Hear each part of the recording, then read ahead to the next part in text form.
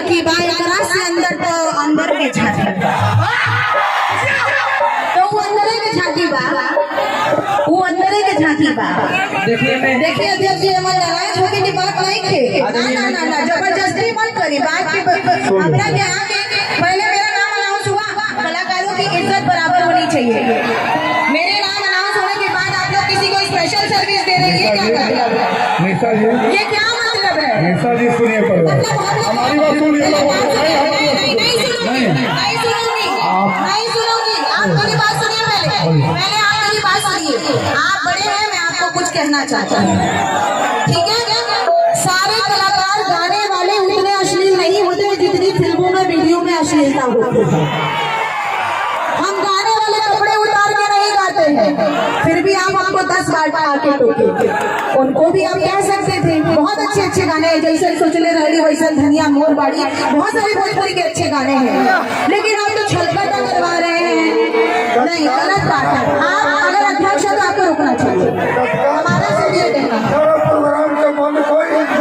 गलत बात है।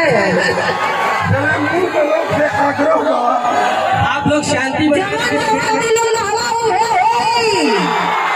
अभी तो फिल्म स्टार्ट आएगा कि जब जब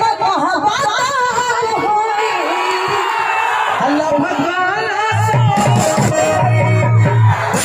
सब बरका हुई भैया भैया हाँ बोला सब बरका हुई हमारो जवानिया ये राजा। हेलो ये कतई नहीं होगा। आपको नहीं कराना चाहिए था, आपको नहीं कराना चाहिए था, आपको नहीं कराना चाहिए था। हमने एक ही सीट गए हैं।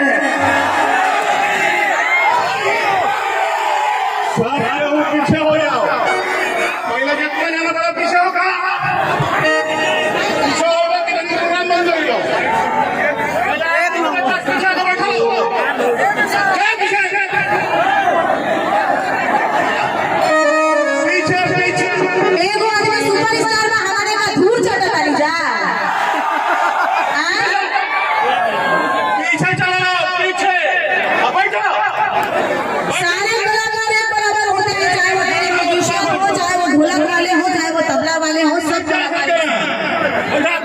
एक समान सारे कलाकार को होना चाहिए।